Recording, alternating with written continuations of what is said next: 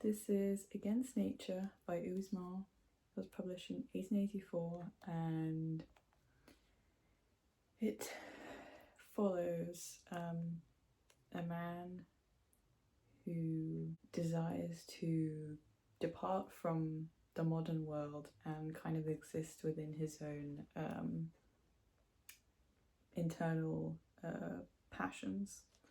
It's hard to kind of think of this book in terms of like a narrative or a cohesive feeling of an actual novel and fiction. I think largely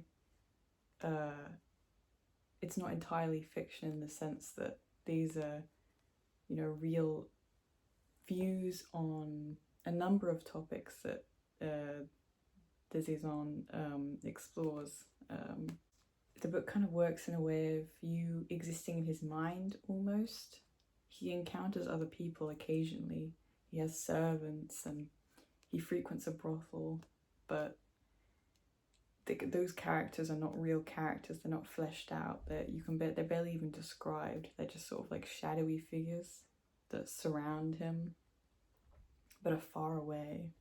Because what really matters in Against Nature is what's going on inside his head and the passion he feels for external things that are not maybe in relation to human relationships, but more intellectual experiences that affect his senses and his way of being. Huysmans is sickly, his health declines throughout the book, and I mean, I certainly have a weird enjoyment of old books that follow characters who are dealing with physical illness. I think it lends to a great way into existential thought and explorations. But it's also quite strange to think about from a contemporary viewpoint. People couldn't be treated as easily back then. And of course, throughout the 19th century and obviously prior, poor health, it was very commonplace. I think in this novel, it's more of a psychosomatic condition that he suffers from. Nonetheless, it's still fascinating. There are long passages of him just kind of rambling or ranting about things like plants and colours and scents, fragrances, and art very significantly. And of course, literature. I find this is quite a difficult book to read. It doesn't flow, in the way of a story would, because it's not exactly a story per se. It's more of an exploration of ideas.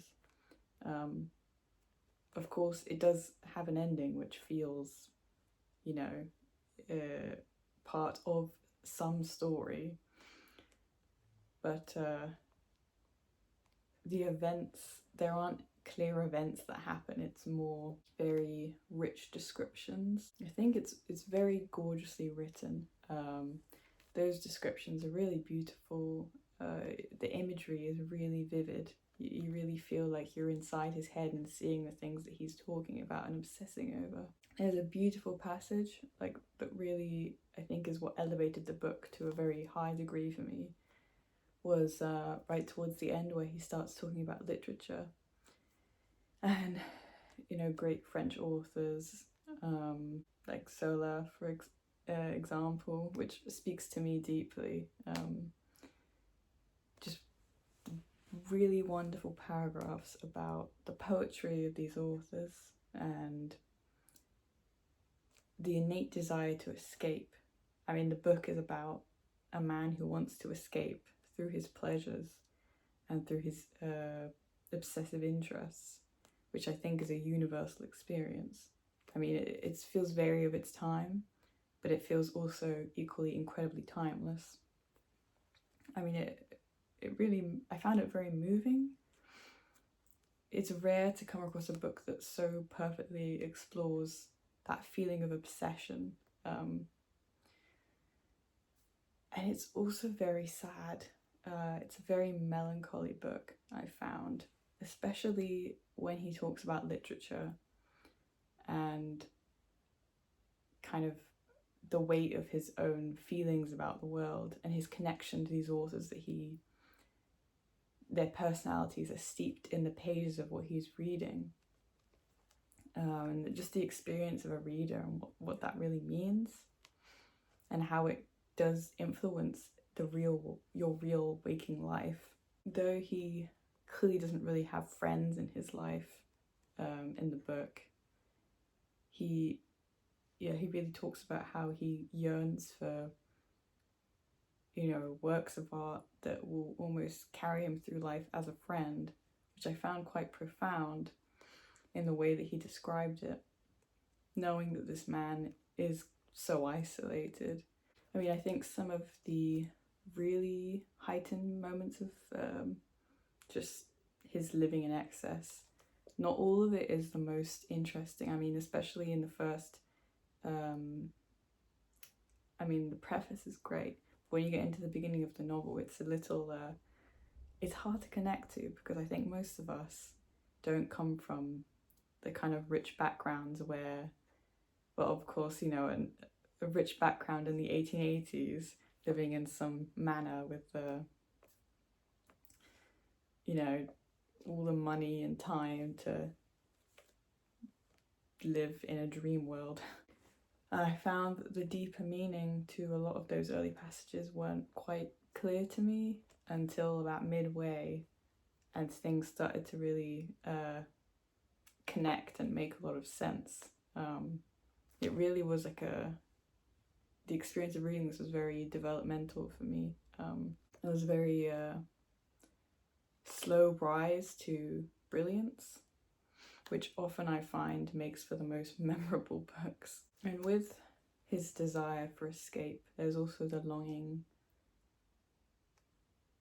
to, I guess below his excess and his hedonism, he wants to just be elevated. He just wants to live beyond the trivial, everyday life that humans are kind of condemned to in most occasions.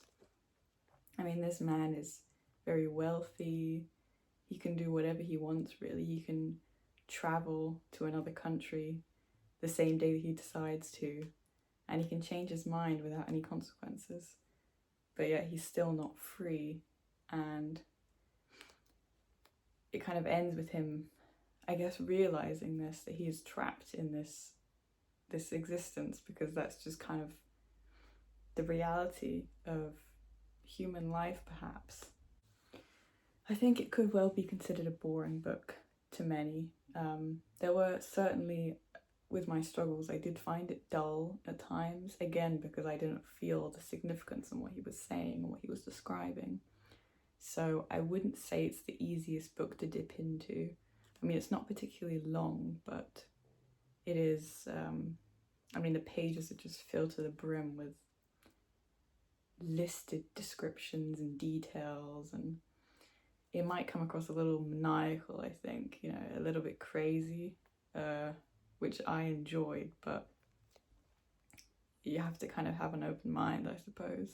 So yes, thank you for watching, and I hope if you do read it, you find it to be an enlightening experience.